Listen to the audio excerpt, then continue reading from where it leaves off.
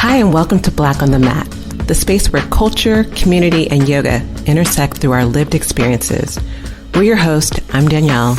And I'm Seisha. Join us on this journey to bring representation and shed light on often overlooked stories on the yoga mat. We're creating an accessible roadmap into yoga for Black people, building a community in this predominantly white space. And letting folks already into yoga know that we're here. Thank you for coming back to the mat with us. Welcome to Black on the Mat. Today we have on Jay, one of my friends for a good long time in this yoga world, and just a wealth of knowledge when it comes to using THC and CBD and infusing it in your practice. And I feel like this is a space where our community, we've already got the connection to THC and CBD. And I feel like this, it's been taught very gimmicky and spoken about in that way, but like you really have made it your business to learn and teach and share yoga practice with weed as a part of that practice to help you grow. And I would just love it if you could tell us how you got into this and, what motivated you to really delve into this. For me, well, thank you first of all for having me, you guys. It's been a long journey, I feel like. For me, it started just me doing what I normally do in my regular practice. Like in the beginning, I was just looking for a way to kind of help ease a little anxiety that I would have, like going into certain spaces and not always feeling welcome. And just being like, well, you know what, maybe I should just practice on my own. And then I started noticing like, oh, I feel like deeply connected. Like when I kind of like meditate and slow down and just allow myself to just sit in silence for a little while. And THC was very heavily a part of that process for me, especially once I relocated to Jersey and was just feeling a little, like trying to find my place and figure out what works for me. And I was just doing a lot of heavy meditation and I utilized a lot of those benefits. And then I realized like, if I'm doing this, I know other people are probably doing this. So, and they may not have like all of the knowledge behind it. So that's why I started doing research and being like, well, how is this actually beneficial? So I'm not just coming here presenting something to somebody like, yeah, let's just smoke and do some yoga. Like, is this actually beneficial? And the more research I started seeing, the more I realized like, oh, yeah, this is actually deeply relaxing. And then I came across a book, Cannabis and Spirituality. And I really was excited because I was like, this is perfect. Like, so I read through the book, got super excited, and then was like, oh, so now I have like the historical aspect, especially the yogic historical aspect of infusing plant medicine in your practice, your asana practice. And I was like, oh, our people could use that. And for me, I felt like at the time, like there was a lot of benefit of just bringing people to the mat. And kind of at first for me, it was, well, you can smoke too. And then it was like, oh, really? You could do that? And people got curious and started asking the questions like, how's this going to work? Am I going to be smoking the whole? I'm like, no, like, that's not how I wanted to do it. And as it started developing, people started kind of talking about it and attending classes and realizing like, wait, there's actual facts and information for this. Like, I didn't know that that THC could have these components. But then if I delve a little bit deeper, then like CBD might actually be what I need. Or like, I don't like smoking. So like the fact that you have like honeys, and we can do teas, and I have other options outside of just smelling like smoke, because that can be unattractive for some people. And they're like, I don't want to do that. Is there another option? And being able to present those options, give people a chance to just see it in a different light has been very rewarding, because I think a lot of people think that like, it's solely for one thing. And it's like, oh, I'm gonna be couch locked or I can't function. And I'm like, no, if you find the strain that works for you and utilize it that way, and you don't have to smoke a whole joint or a whole blunt, whatever your choice of smoking usage is, tool of choice is, like I can literally take, at this point now, especially, I can literally take 2 or 3 hits and I'll be good for a good portion of my day. I don't need to overindulge. And I think people don't realize that, like, it's not about overindulgence, because anything when you're overindulging can turn into something else. And with the right information behind it, the right tools, the right knowledge, and then just the intention behind it, that makes it more of a spiritual practice, as opposed to just something where, like, hey, let me see how many joints or whatever I can like smoke in a day. And I used to be that person. Like, I'd be like, oh, I got 15, 20 joints today. Like, yes, and I was still productive. Like, and it's how were you doing that? Like, because now thinking about it, I'm just like, there's no way. There's no way. But that's, I think, more people start to realize that, more people start to get more information, and now, you know, it's quickly becoming more recreational. That has also been very helpful, because the more states that start legalizing, the more this information is more readily available to the consumer. So I'm curious, Seisha, I know you've also done this as well. What was your first experience like? I would say that my experience buds similarly to Jay's, like more like, so I was diagnosed with PTSD from the classroom a few years ago. And so when that happened, I don't necessarily want to be on a whole bunch of heavy medications, but I was prescribed THC. And, you know, so it became a part of my life as far as like the regular small dosage. I started with gummies mostly. And then, but yoga was already a part of my life before that. Like, it was just literally traumatic experiences that happened in one school year that I was just telling you about the other day. But from that, like, so it being a part of my body, noticing, just like Jay said, that relaxation, that ease of anxiety, that space. And yoga, like I said, at that point was a part of my life. Like, you, especially anybody that's followed me for a few years, you know, my mats stay rolled out, right? So like, if I randomly just come to this space and I'm like, yep, I just need to flow, I just need to move, I'm just gonna do that. And that became the space where it happened. And I was like, wow, no, this really feels really good. Like, I feel like I could just really slow down and feel good about practicing this way. And then, so to the point where I did take a couple of classes, I attended some events, and then I even, in New York, I taught some events before I moved, to, you know, just kind of open up the practice. Because I feel like, yeah, if you like this, and like I said, I just feel like this is a part of a big part of our culture, and our history, and the things that we've experienced. Like, if you know you're used to your uncle being on the back porch smoking back to back, and that's how you grew up, and you're like, this is a part of your life. You've experienced this. Right. So why not take control of it? And it doesn't have to be the 15, 20 blunts a day. Like you said, it's just this, if I feel like it can be beneficial, use the benefits. Right. Yeah. I don't know, for me, growing up in California, especially Northern California, you know, everyone smokes. I mean, it just kind of, before it became popular, it was always here. I know for me, there was a class in the Mission District in San Francisco. I'm like, oh, weed and yoga. I already had a practice. Like, so I didn't have a yoga practice. It was like, Tisha knows, I was like, I don't like yoga. But I was like, I like weed, but I like wellness, weed and yoga. And I thought it looked interesting. So I was like, I'm going to take this class because, you know, I have a practice. And I wasn't sure. I'm like, well, do you bring your own? Do they supply it for you? And like, are we going to be smoking the entire time? So I would love to hear from you, Jay. How do you set up your class? So, I mean, because people are probably questioning the same thing I was questioning. Right. And that's probably the most common question that I do get is, we're not smoking the whole time, right? Thank you. But basically how we do it is, you have three chances during the class to smoke. I lead that. It starts in the very beginning because it's an intentional practice. So just like infusing the practices and the pillars of yoga, like, yoga is very unifying. And that is why, as a class, as a community, as a group, I'll lead them in that first initial, let's all smoke together.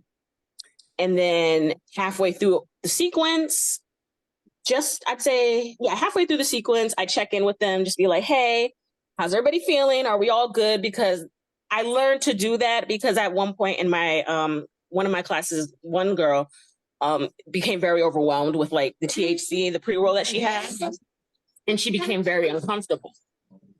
That was something that was really important to just be mindful of.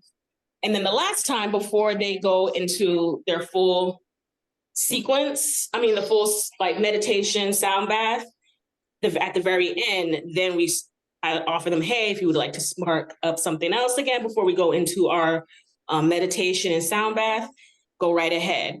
You're free. I always tell them you're free to do it, even if you're, throughout the entire class if you want to. I do not encourage that because I want you to still be present, but also like, again, intentional, and know that like, if you have a good pre-roll, you don't need to do that the whole time. If that's something that you're comfortable doing, especially a lot of the people that come to my class, this is their first time.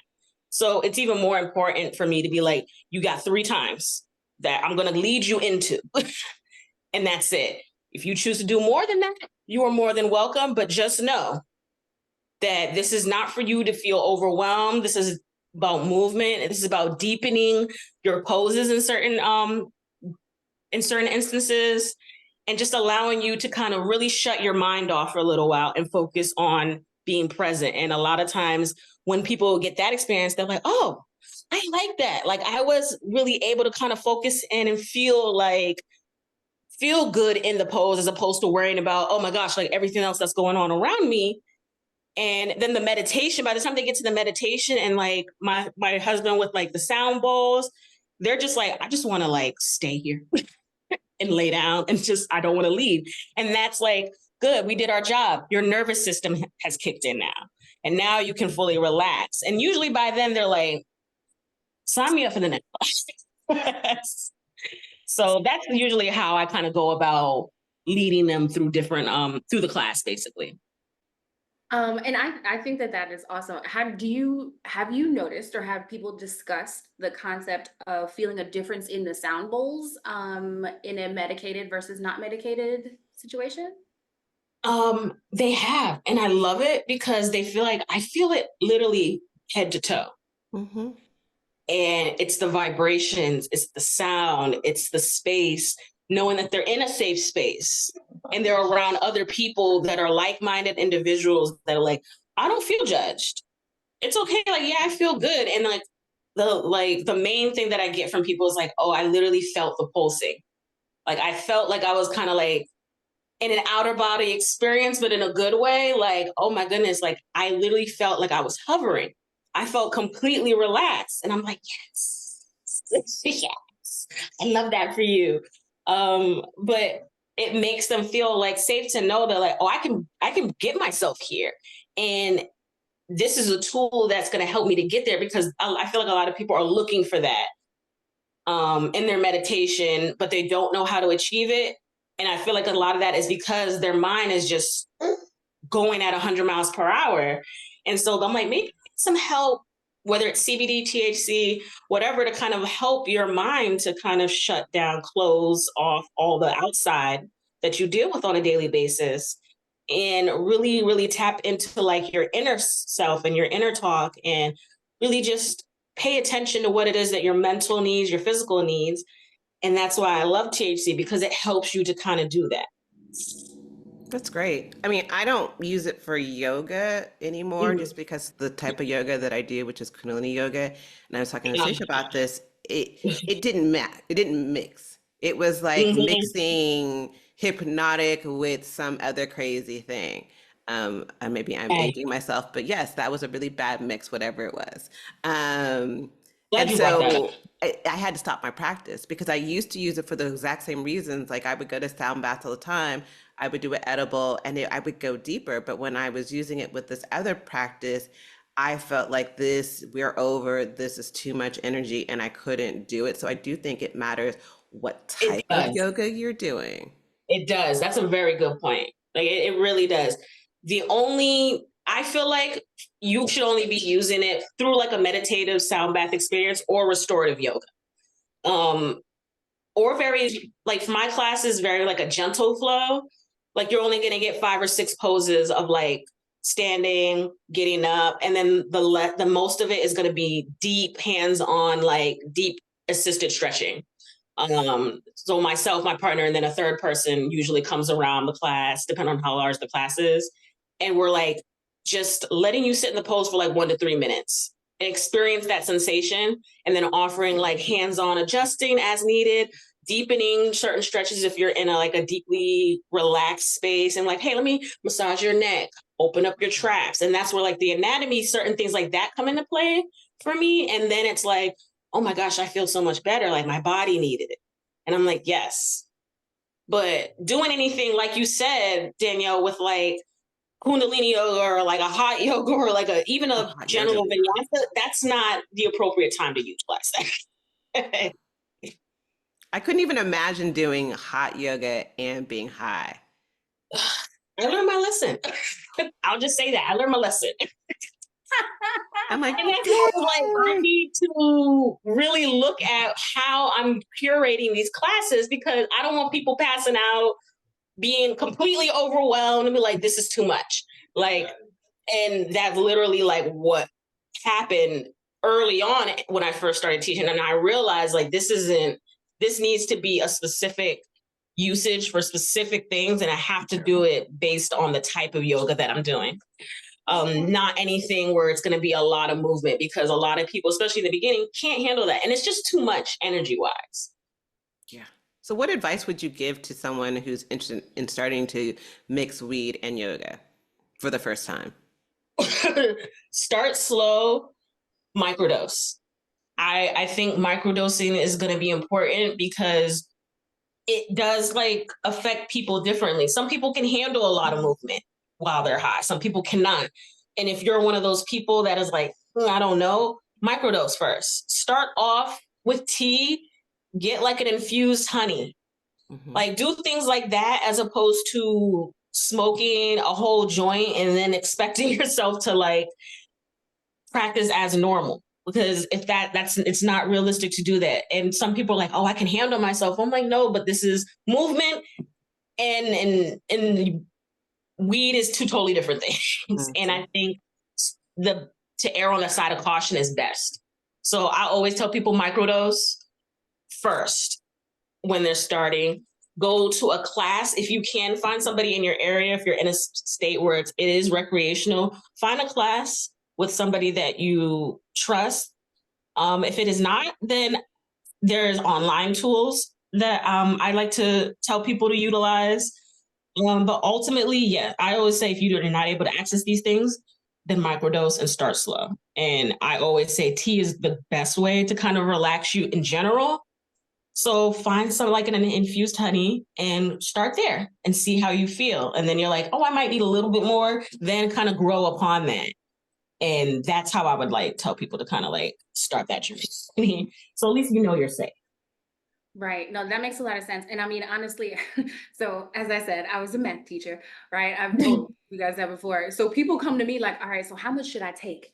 Because I know, and I'm like, this isn't Breaking Bad, but but I say the same thing. Like, if you haven't done this, especially when it comes to the difference between smoking and edibles, you could take 1 or 2 hits and if you don't smoke, you're great for like 2 days, right?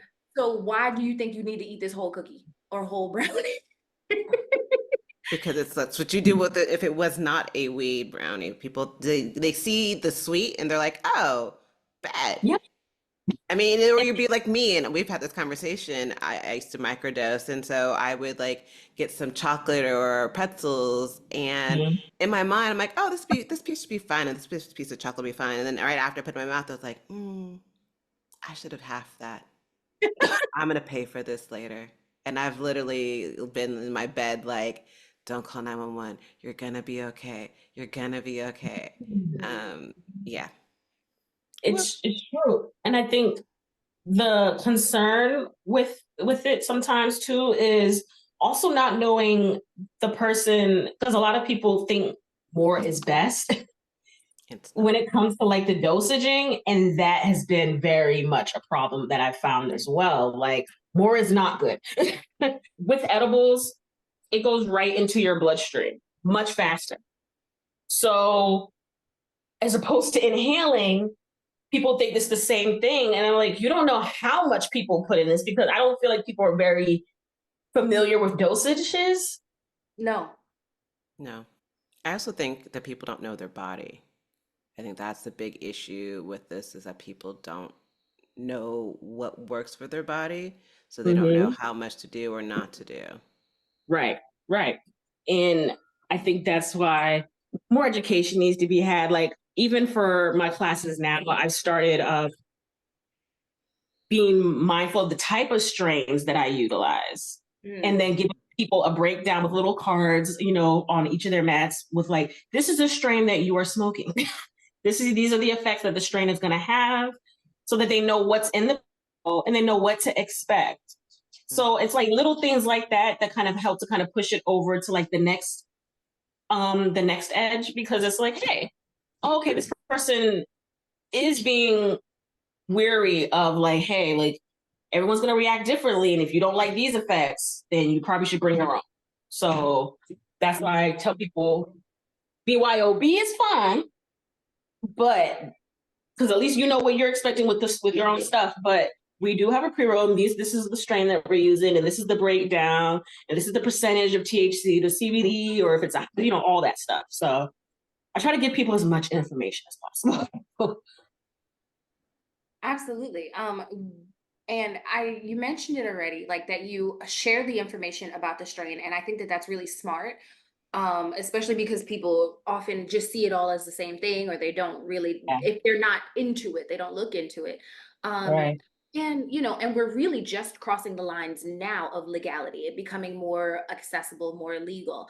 Mhm. How do you, and I guess have you navigated like the legal and ethical complexities of teaching a weed-based yoga class, right? Because everybody's not going to react the same way. It's going to have effects. Like how does that feel for you? For me now, it's made me just pay more attention.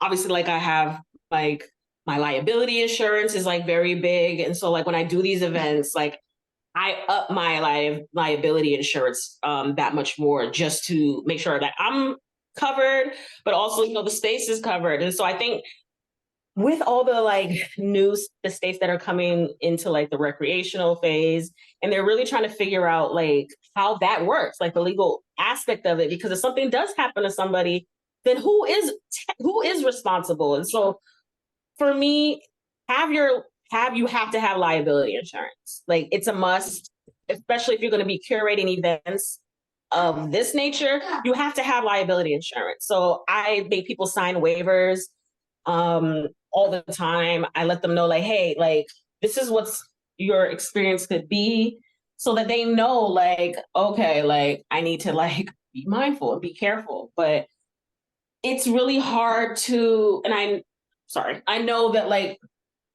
for a lot of states, they're really trying to figure out like, how do we, I guess, monitor that so that people are safe?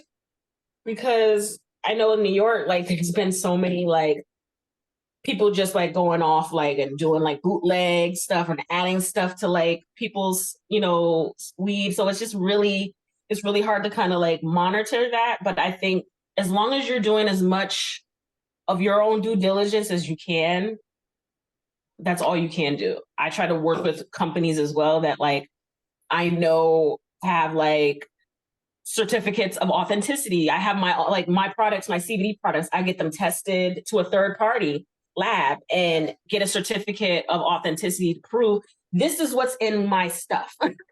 So if I'm offering like CBD salves to people so they can utilize that as a topical means, then they have that as well, so that they know, oh, look, I have like third party backing and they confirmed it, and I have all my paperwork to prove that this is what you're getting. So it's that too. And I understand like all that is extra costs, out of pocket costs, but it's important if you're going to be running a business in general that involves anything cannabis related. You have to have that like extra push, or extra not the extra push, you have to have that extra something backing you to make sure that you're legit. Yeah. No, I agree with that. I think that not everyone has that mentality that you have, But I think that's also what sets you apart from other people. Not Mhm. only are you teaching this in a way that, hey, now let's just come get high and do yoga, you're kind of like, how can we help you deepen your practice, get out of your mind? Oh, wait, I also have the research to go back with this, and I make sure that the products that I sell are scientifically certified. Right, That would make me right, be like, if I was in Jersey, I'm like, I'm taking her class because I'm gonna feel safe. And I know right. today is 418. I don't know how Jersey does it, but in California, 420 is in San Francisco. It literally is a holiday. You can actually see the smoke in the air. I'm not even Wow. joking because because like if you go anywhere near Golden Gate Park, it's just a high festival, literally. Ooh, wow. So if this is your thing, you need to come out here one year because it's as big as any other holiday. Right, It is right. a holiday here. So how I'm assuming you're doing a class maybe on 420, or how can people connect with you? Like, yeah, how can people connect with you? Everything is on my Instagram at J_sports therapy. And I post all my classes there. It's at the same studio where I teach my weekly classes. So if you have any questions, I always tell people, please DM me. I put as much information on my Eventbrite for the class, my elevated class as possible. But I love when people ask me questions because it just kind of like helps to reinforce like you're going to be okay and you're working with somebody who is going to make sure that you're okay. Like even just first aid things, just like, do you need like an Advil or a Motrin? Like, are you starting to get a headache? This might not be working for you. Let's try another option for you instead. Or let's just not do anything else because I don't want you to harm yourself because you have to go home and make your way home after. So like I'm very much comfortable with intervening when I need to like tell people like I think you've had enough. That's enough because you have to still make it home, and I don't want to have that on my conscience, and I don't want anything to happen to you. That's a domino effect. So it's really about ensuring people's safety in these events, as opposed to just going off and just having yes, you're gonna enjoy yourself, but I want to make sure that you're safe. Yeah. You need to make sure that you're safe. And it's because I'm the one leading and facilitating this, it's that much more my responsibility to make sure that like everybody within this space is safe and okay. So you really have to just be on point with your stuff, is what I tell people. Fantabulous. Right. And the classes that you teach, they're still at I'm So Yoga Newark. Right. Right. Yes. Okay. So I want to pause real quick. Give Mhm. another shout out. If you are in New Jersey and you're looking for a Black owned studio to go to, I'm So Yoga Newark. World Chill Out is a boss. He's so sweet. Um, and Jay teaches there. I have a friend Nana who teaches couple classes there. I know several people that are connected to this space. So again, if you're looking for a Black-owned studio, whether you are brown or not, if you're looking for a Black-owned studio, check out I'm So Yoga Newark. And all of their classes. Obviously, Jay's information is going to be down below. I'll also put in that as long as he approves, which I'm sure he will. And you'll be able to find those resources down below. Are there any other resources or things like that that you can offer or suggest any ideas for people that are looking to start, or maybe just a gym, that are looking to get started I, infusing cannabis in their practice? I would say, ooh, because it's finding those communities, and I know that can be like the trickier part of this is finding those communities because the stigma associated with it. I always say like go on Eventbrite. Eventbrite can be great, but Event High, EHI, is basically the cannabis version of Eventbrite. And they have all kinds of events, wellness related events. There was a cannabis spot expo that's how I came across their website. And it was like, oh my God, it's a whole place, a website where it's just specifically for elevated events of all kinds. So I would say start there. Start at eventhigh.com and type in your city and see what's around locally and go to those events, go to the wellness events, go to whatever it is that's going on so that you can start to gain those knowledge and meet people in your area that have reputable businesses and are able to help you garner more information. Thank you so much. All of this was very helpful, very enlightening and elevating, if you will. Thank you so much again, Jay. And we hope you have an amazing event on 420. Happy early 420, everybody. And Yes. we will see you soon. All right. Thank you, ladies, so much. This was amazing. Ciao. Thank you for joining us today on Black on the Mat. Let's continue connecting, sharing our stories, and sowing the benefits of having a yoga practice in your life. Subscribe to Black on the Mat on Instagram, TikTok, and YouTube. I'm Seisha, and you can find me at Thick Thigh Yoga on all social media platforms and thickthighyoga.com. I'm Danielle, and you can find me at Hellowell with Danielle on IG, YouTube, and hellowellwithdanielle.com.